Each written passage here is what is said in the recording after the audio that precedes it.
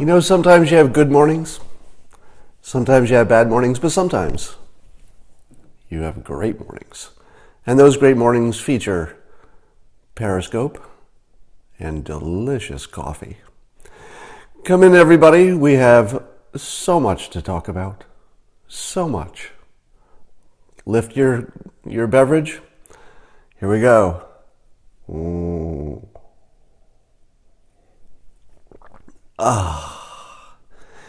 Coffee goes well with presidential tweets. Am I wrong? All right. Well, I don't know about the rest of you, but I believe the president has given himself his new forever name. Now, very stable genius, 3 words, is a little bit of a mouthful. But try this acronym on. POTUSVSG.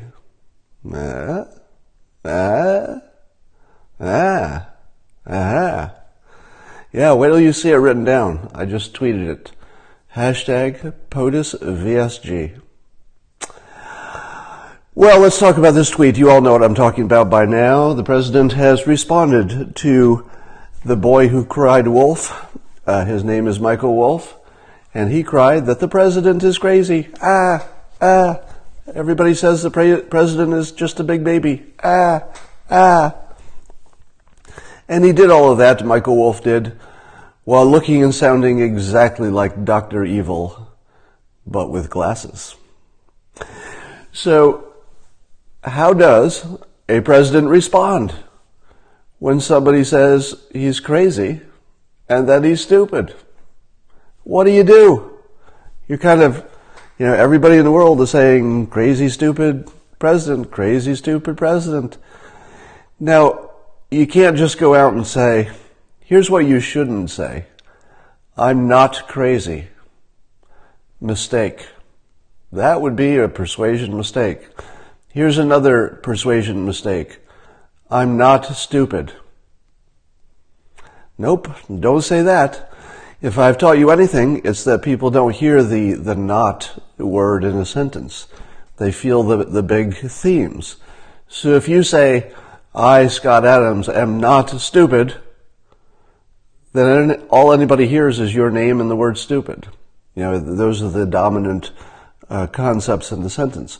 So you never say you're not something once you've been accused of being something. How many people in the world know to handle it the way the president did? It is persuasion perfection. Is he a genius? Well, I don't know if he could beat all of us in chess. I don't know if he could beat most of you on the SATs, on the math section. Probably a lot of you are pretty good with math. I'm guessing you do pretty well. There are a lot of forms of genius. Some people say there's a musical genius, there's a mathematical genius, there's a verbal genius, there's a social genius. Perhaps there's a political genius as well. But there is definitely a persuasion genius. And these last tweets, which I will read for those who have not read them themselves, these are genius.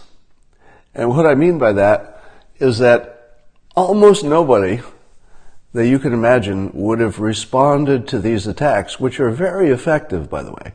I would say the quality of the anti-Trumpers' attacks got really good, and they haven't been this good since, when was the last time the anti-Trumpers had attacks that were this powerful? The whole he's crazy, he's stupid thing. When was the last? Yep, Dark. You remember Dark? Dark was the work of, I believe, professional cognitive scientists, not just politicians throwing out insults. But when you saw the word dark applied to the president a year and a half ago, that was some serious persuasion. Now we're seeing this Michael Wolf book, and it's not clear to me that there's necessarily a cognitive scientist behind the current attacks. It could be that they lucked into it just through sort of accidental A/B testing plus the Michael Wolff book. But this is the new attack. You see, they've dropped Hitler, they've dropped ineffective, because he didn't do Hitler stuff and he wasn't ineffective. So they need something else that's both imaginary and hard to prove, but you could believe it anyway. And so the Michael Wolff book, what was genius about it, and you're gonna love or hate this next idea. I've been telling you for 2 years that facts don't matter to decisions. Facts do, of course, matter to your outcomes, but our human brains do not really process facts and use them along with reason to make decisions. We just don't. We just think we do. That's our grand illusion of life, is that we think we're rational. And so I've been saying for 2 years straight that it would be hard to beat the president because he's not operating on the same dimension that the rest of the world is. They're stuck in their little world of where the facts must be influencing decisions. He knows that's not true.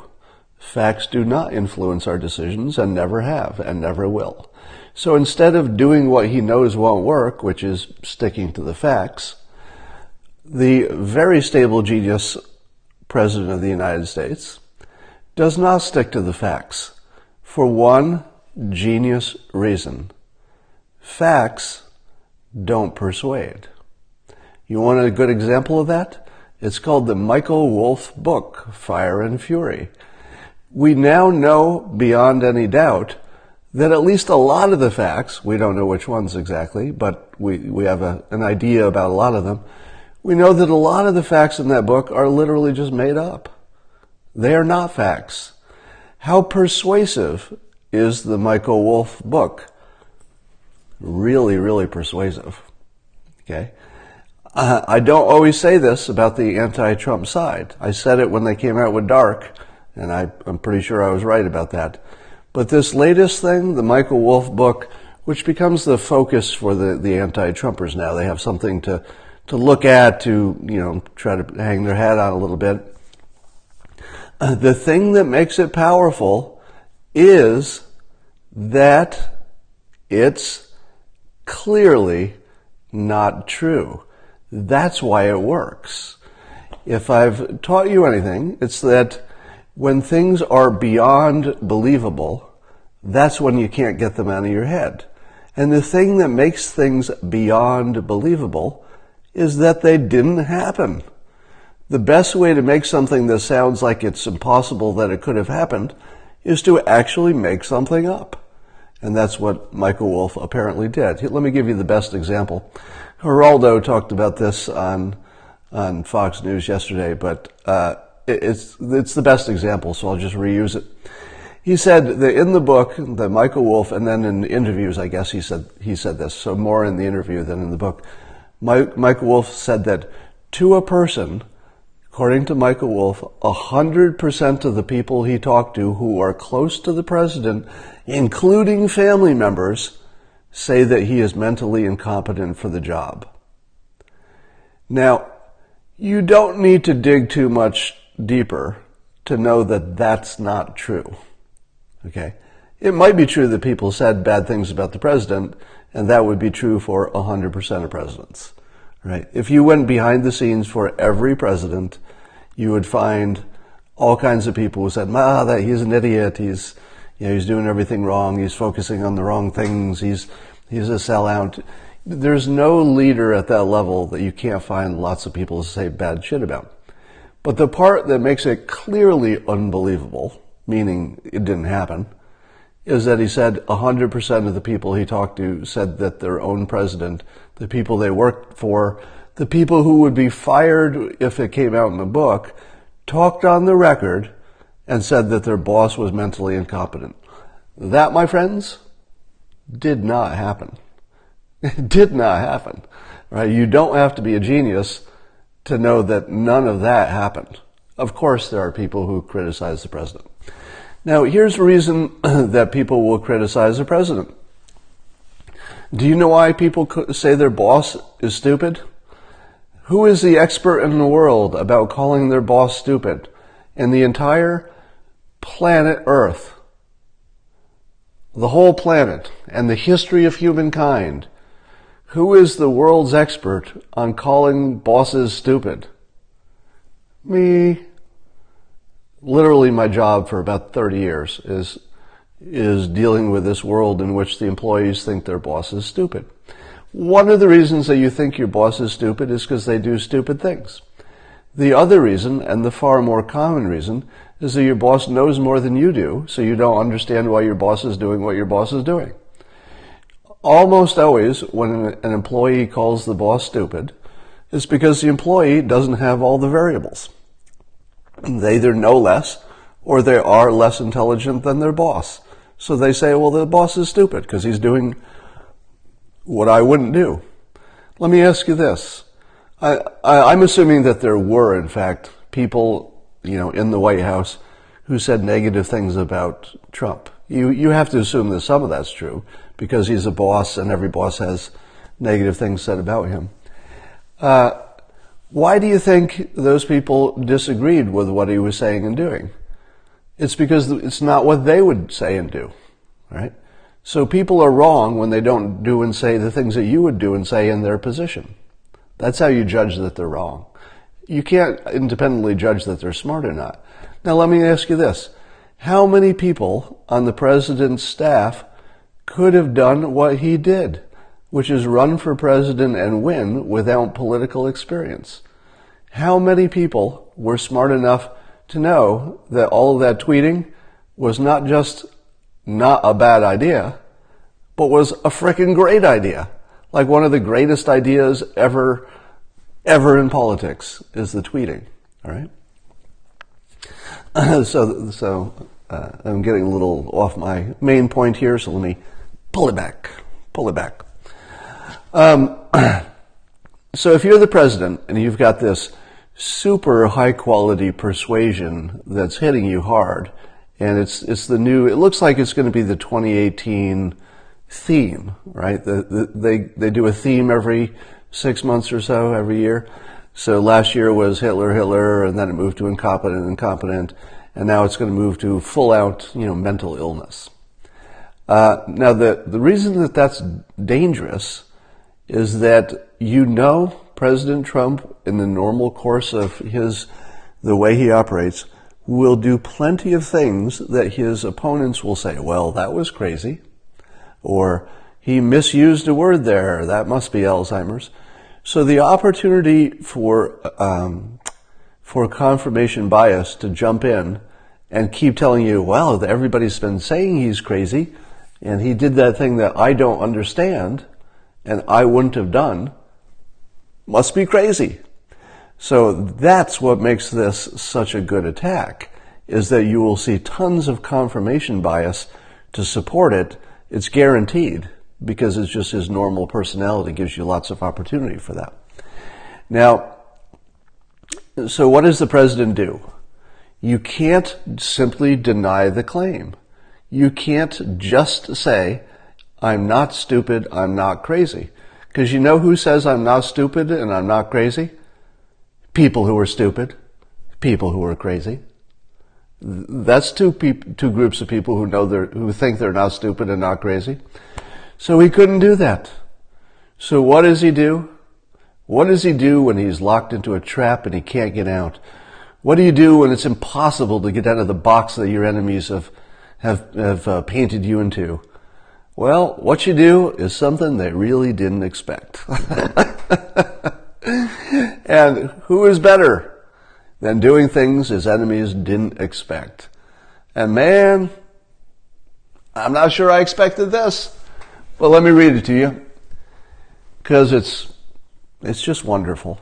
It's just wonderful. All right. So it's 3-part tweet. Let's see. Sorry. I have to get these in order. 3 tweets. Number 1, from Donald J. Trump, POTUSVSG. Now that Russian collusion, after 1 year of intense study, has proven to be a total hoax on the American public, the Democrats and their lapdogs, the fake news mainstream media, are taking out the old Ronald Reagan playbook and screaming mental stability and intelligence. And by the way, that is exactly what they're doing. This is the Ronald Reagan attack playbook. Tweet number 2, continuing. ... Actually, throughout my life, my 2 greatest assets have been mental stability and being, really smart. We'll get back to that. Crooked Hillary Clinton also played these cards very hard and, as everyone knows, went down in flames. I went from very successful businessman to top TV star to President of the United States on my first try. I think that would qualify as not smart, but genius, ... and a very stable genius at that.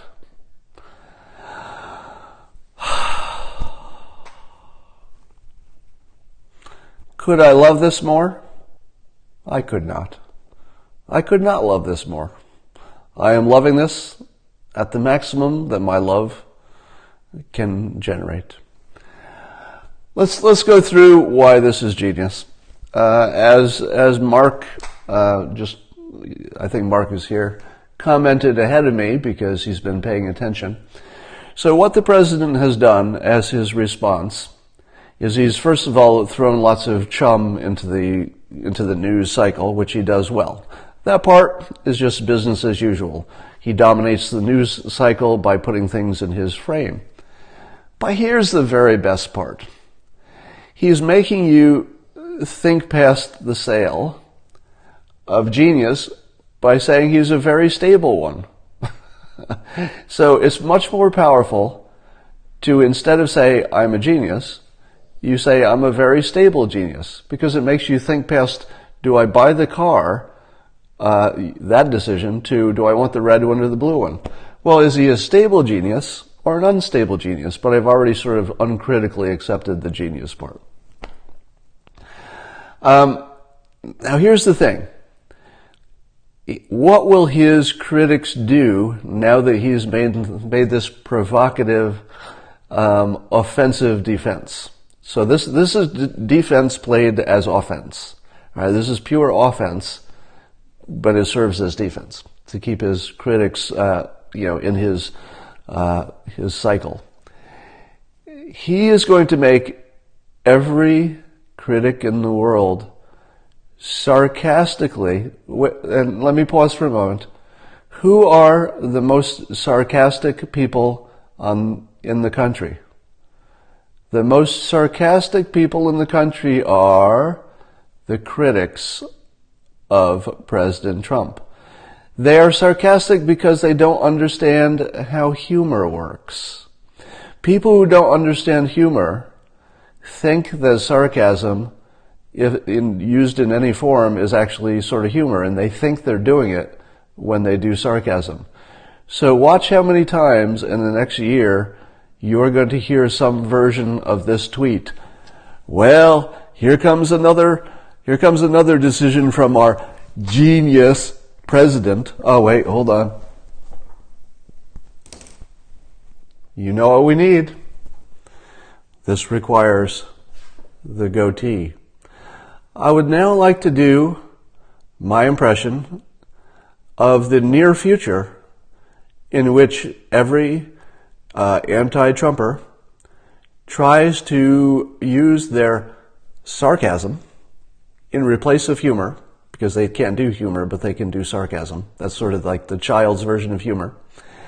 And what they will say every time the president makes a decision, it doesn't matter what topic or what the decision, it goes like this. Well, there's your genius. Oh, that's a very stable genius. Oh, look at that, President Trump. Is this your genius? Hey, Scotty, is that your genius? Is that the genius you're talking about, Scotty? Hey, Scotty, is that your genius? All right, you're going to see that for a year. And every time they say it, they're going to use the president's name or refer to him or think about him and they're going to use the word genius. Can they help themselves? No. That's the genius part. The genius part is that when you call yourself a genius in public, everybody has to use the word. They can't not use the word. They're going to use the word. All right? They don't want to use the word. They might try to go around it, but they can't not use the word. He owns the word. For the rest of President Trump's entire life on this planet, the word genius will be paired with him both by his supporters and his critics. He just made that happen. Can't change it now.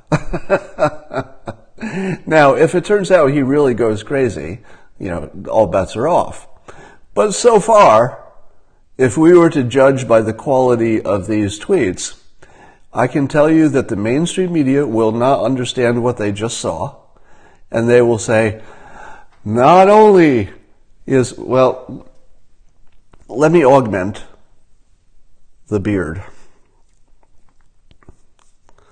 He called himself a genius.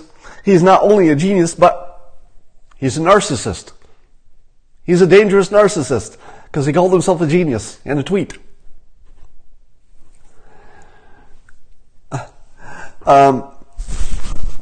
So they may have to back up to that narcissist thing because he called himself a genius.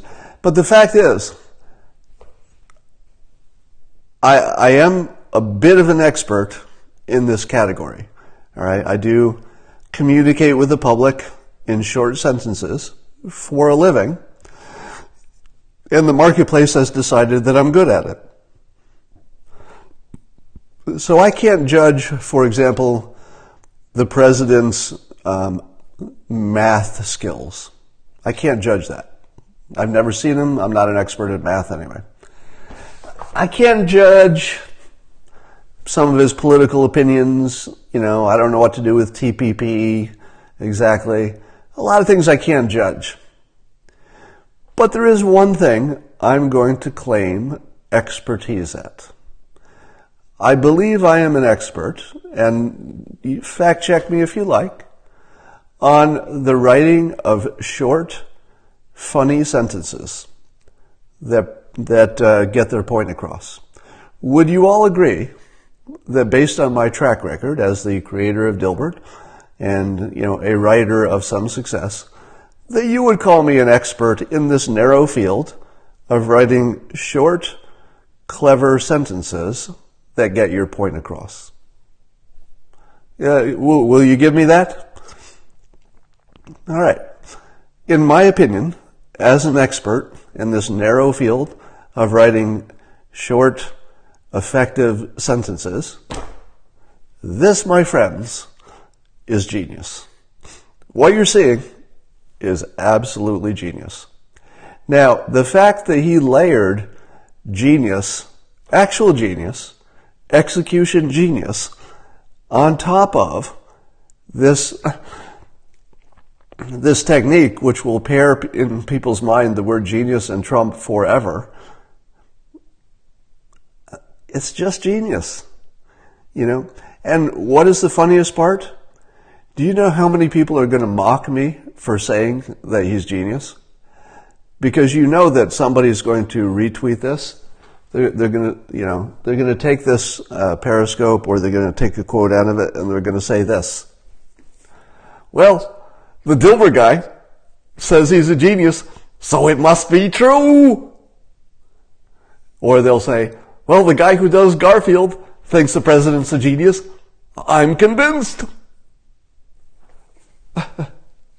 So expect to see that. Yes, and I also think he gave himself a forever name. You were right. So I think very stable genius is a bit of a mouthful, but I hope I helped him out a little bit, because the hashtag POTUSVSG, you have to admit that's a keeper. Give me some feedback here. POTUSVSG, keeper or not? let me see if it's trending yet. I tweeted it the moment I got on here. So I'm going to look for POTUSVSG. I might be the only person in the world who's used it so far. All right, checking. Oh, it looks like POTUSVSG is very popular already. Yeah, POTUSVSG looks like quite a few hits here. Oh, actually, a lot of them are from the same person, though, so not a lot of hits yet, but we'll see. Please address the part where he said like. So one of the geniuses of this president's communication style is that he matches the style of the people he's talking to. And here he is being so folksy and casual that it just jumps out at you how casual it is. Clearly he knows. So here's the best part. I think we could all agree that the President of the United States, Donald Trump, does know that the word like is not a word that is useful, and you certainly would never add an extra word like comma, like, comma, in a tweet unless you were making fun of a Valley girl, right? It simply doesn't belong there, which is why it belongs there. It belongs there because you can't take your eyes away from it. It binds him to the people. So this is what he does with this kind of verbal, what would you call it? It's almost like a verbal accessory, because it's not the main point, but he tricks out his tweets with these little ticks that are actually really good. Because it's hard to look at this and think that he's an elite, right? I think you're going to see him trying to put some distance between the people, of which he is one of us, or as he would say, the president is, comma, like, comma, one of us, versus the mainstream media, who are a bunch of intellectuals who have not yet figured that the difference in the gap between their intelligence and the president's, it is a pretty big gap, but it's not in the direction they hope it is, if you know what I mean. You also notice the visual persuasion. So I'm looking back at his tweet, and he says, the old Ronald Reagan playbook. Playbook, you actually imagine the playbook, a visual thing. And screaming mental instability. These are words from the president's latest tweets. So screaming mental instability instead of just thinking it. Screaming is a visual, right? And let's see. He said Hillary Clinton played these cards. Cards are visual. She went down in flames. Flames are visual. And then he reminds us of his. Now, how many times have I told you that somebody who has done these three things, successful business person, famous TV star, and then president of the United States on his first try, you know, how many times have I gone through that list and said, who else can do that, right? If that's not a sign of talent, what else is? Now, I've been saying for a long time that Trump's genius is invisible to even smart people for a very good reason. That part of his genius is that he has what I call a talent stack, which is he's real good at a whole bunch of things that work well together. One of the things that he's good at is humor. He's good at humor, he's good at matching people, he's good at persuasion, he's good at, dominating a conversation, and on and on and on. He's good at handling shame, he's good at risk, he's good at strategy, negotiating, you could just keep going. And if you took any one of those talents, you'd say, well, he's not the funniest person I've ever seen, or he's not the best negotiator I've ever seen in my life. But man, you can't find somebody who's got all of that in the same package. Yeah, he doesn't have humility, you're right. But he also doesn't value it.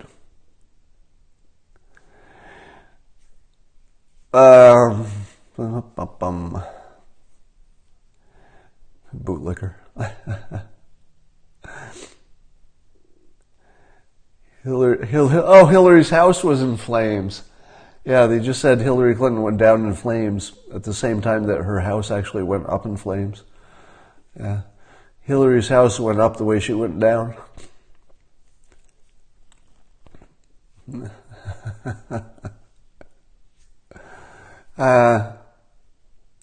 Could demented Donald work? Yeah, I don't know. It's not that clever in my opinion.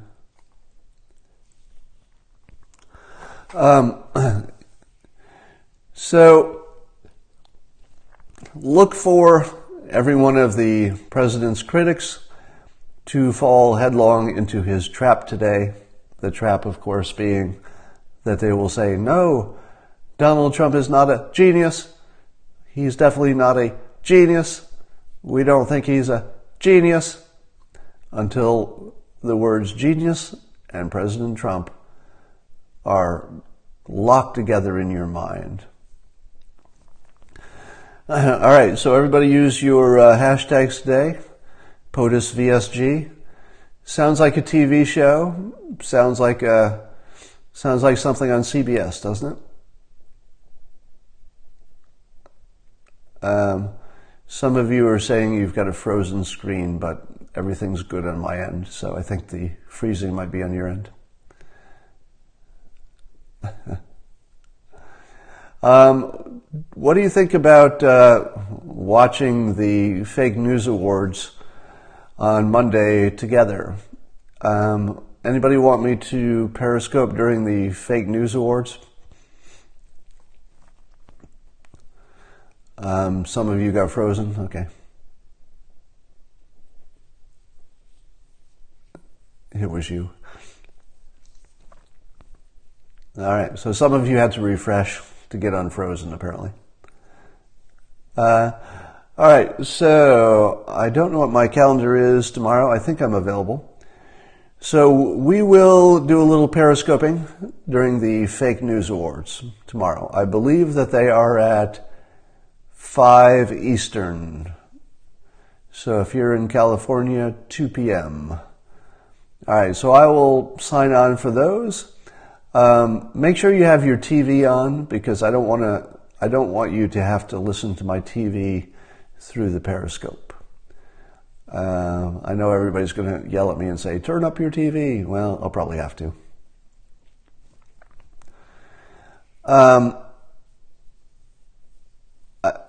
Yeah, who is covering the fake news awards? Is he doing the fake news awards and then letting all the networks cover it? Or is he just doing it on one network? Yeah, so it's Monday at 5 o'clock. 5 o'clock Eastern time are the fake news awards.